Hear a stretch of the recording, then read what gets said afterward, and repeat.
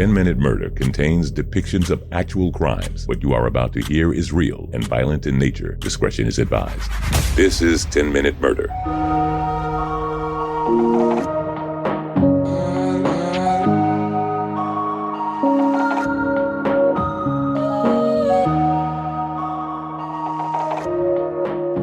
Hello and welcome to 10-Minute Murder, the brief and bingeable true crime podcast.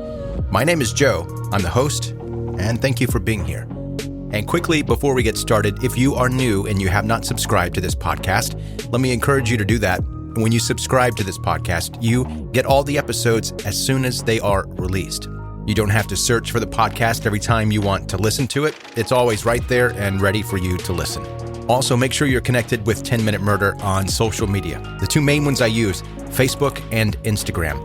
And the point of that is to let you know, number one, when new episodes are released, and two, to see the visuals that go along with the stories that we're talking about. It's not always necessary, but for instance, in like today's episode, I'm going to be describing the appearance of the killer.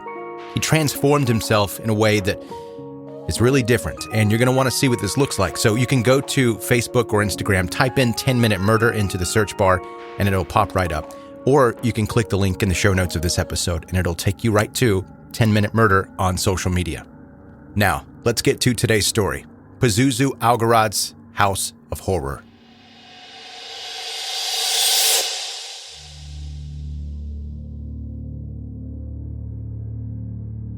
Now, as you might have already guessed, Pazuzu Algarad's original name was not Pazuzu. He was born John Alexander Lawson to an average American family on August 12, 1978 in San Francisco, California. His parents, Cynthia and Timothy Lawson, divorced in 1990. Thus, Pazuzu grew up in the care of his mother in Clements, North Carolina, where they moved. There's not a lot of information available about Pazuzu's early years, but as a child, Pazuzu was described as highly emotional and violent. At age 13, he started drinking alcohol and using different drugs, whatever drugs he could get his hands on, and he continuously harmed animals.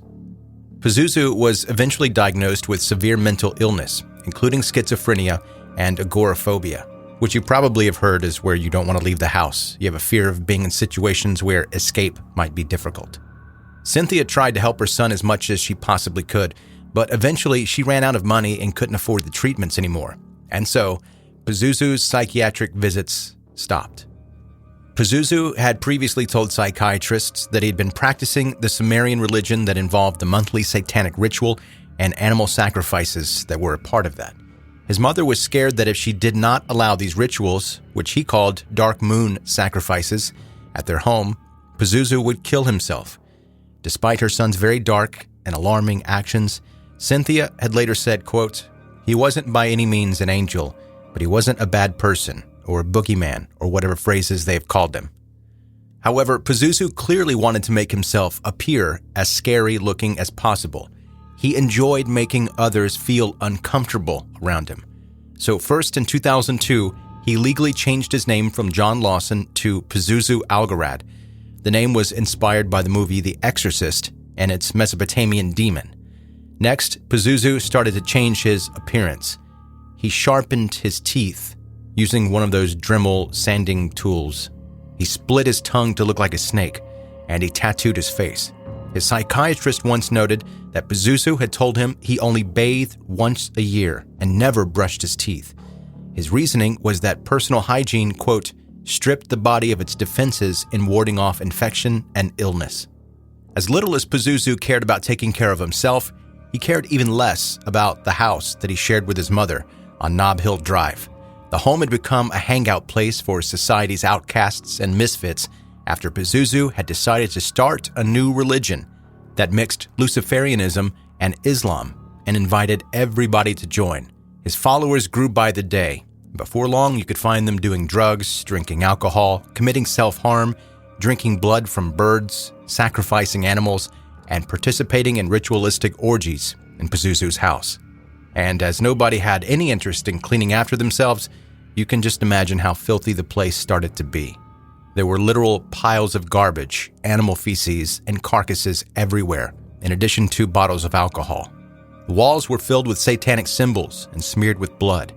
And if that was not enough, Pazuzu himself and his followers, copying him, defecated in the corners of the house. Eventually, the neighbors and everyone else started to notice a terrible smell. Somebody even asked Pazuzu about his house's foul odor. Pazuzu claimed he had killed people and buried them in his backyard. But, of course, at the time, most people thought he was lying. Nobody initially took him seriously. In hindsight, a big mistake. On May 28, 2010, Pazuzu's mother was the target of one of her son's violent outbursts. Cynthia was put in a chokehold by her son. Amber Birch, Pazuzu's girlfriend, was accused of slapping and attempting to beat Cynthia even further. In court documents of the case, officers alleged that Pazuzu performed satanic rituals and animal sacrifices at the Clemens home. But that was that. Pazuzu was convicted of misdemeanor assault, and Amber was not charged at all. A year earlier, Pazuzu had been arrested in connection with the death of Joseph Emmerich Chandler, who was then 30 years old, in Clemens. Joseph's body had been found in the Yadkin River, the same river where Pazuzu practiced black magic rituals. In the end, he was convicted of accessory after the fact of involuntary manslaughter and sentenced to probation in 2012. Another man, Nicholas Pasquale Rizzi, was convicted of the act itself. After his convictions, Pazuzu was of interest to the police more than ever, and they kept a close eye on him. They had previously investigated the backyard of Pazuzu's Nob Hill house in 2010 after a tip from a woman named Stacy Carter saying her boyfriend's body was buried behind the house. However, due to some excellent and thorough police work at that time, they did not find anything. What did they miss? Just some shallow graves containing skeletal remains. However, on October 5th, 2014, Pazuzu's luck ended when another search warrant was executed and graves were finally uncovered. The funny thing is, you can clearly see where the graves were openly located in Pazuzu's backyard from the pictures taken in 2014, 4 years after the first search, like he wasn't even trying to hide them. The victims found in the graves behind Pazuzu's house were later identified as Joshua Frederick Wetzler and Tommy Dean Welch. They had been buried for 5 years before their discovery. Allegedly, Pazuzu had abducted both men for human sacrifices in July and October 2009, respectively. Joshua had been chained in the basement without food for several days before Pazuzu shot him 6 times, killing him. A few months later, Tommy had the same fate, but this time, the one holding the gun was Amber. Investigation revealed that the body was left to lay inside the residence for over 2 weeks before they buried it. Nobody probably even noticed as the house smelled like death already anyway. Pazuzu, then 35 years old, and his wife Amber, who was 24, were arrested and charged with murder. The two were not legally married, but they had written on their Facebook pages that they had been married since November 1st, 2009. So they were Facebook official, so that counts. Another female follower who was also involved in the polyamorous relationship with Pazuzu and Amber, Crystal Matlock, then 28 years old, was arrested the following day and charged with accessory after the fact. Soon after the remains were found and the 3 were in custody, county housing officials deemed the house unfit for human habitation. The home simply was beyond any possibility of renovation, which was not a surprise to anybody who had ever been inside, even for a moment. So in April 2015, Pazuzu Algarad's House of Horrors was demolished. During the trial, Amber claimed that she suffered a form of Stockholm Syndrome and had no choice but to participate in the murders. Still, on March 9, 2017, Amber Birch took a plea deal of second-degree murder, armed robbery, and accessory after the fact. She was sentenced to a minimum of 30 years in prison with a maximum of 39 years and 2 months.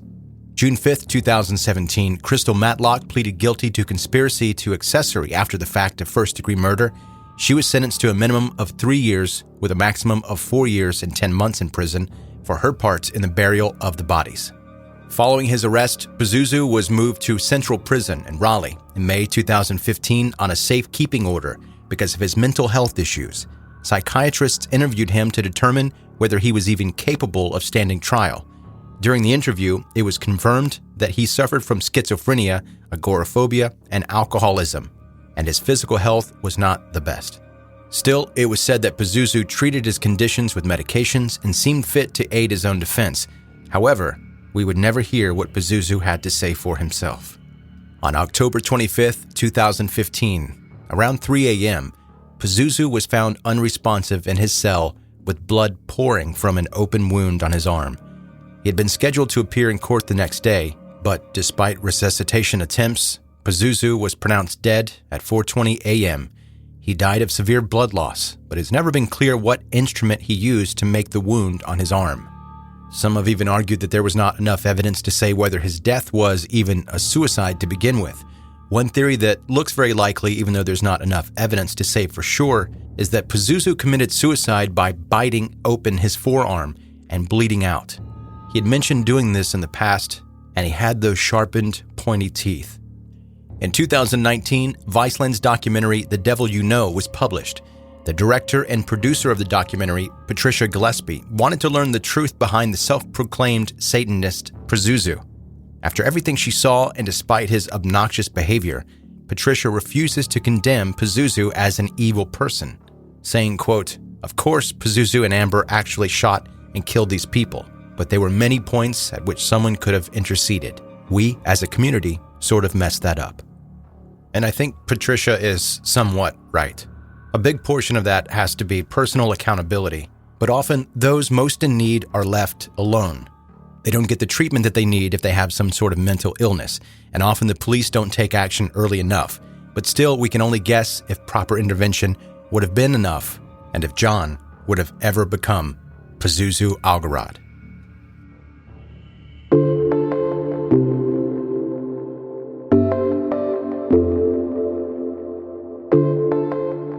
That's today's 10-Minute Murder, the brief and bingeable true crime podcast. Thanks for listening today. And quickly, let me be clear. I'm in no way, shape, or form on the side of Pazuzu. He was a vile human being that did awful things and wrecked whole families. What I am saying is we don't take mental health seriously enough. There are many people suffering, and we, for the most part, kind of look the other way. What I am saying is if he had gotten the help that he needed early on, then maybe this would have never happened. That's what I'm saying. But I mean, maybe it would have happened. Maybe this was just the way he was. We don't know. And hey, as I mentioned at the beginning of this podcast, if you are new here, then make sure you're subscribed before you go today.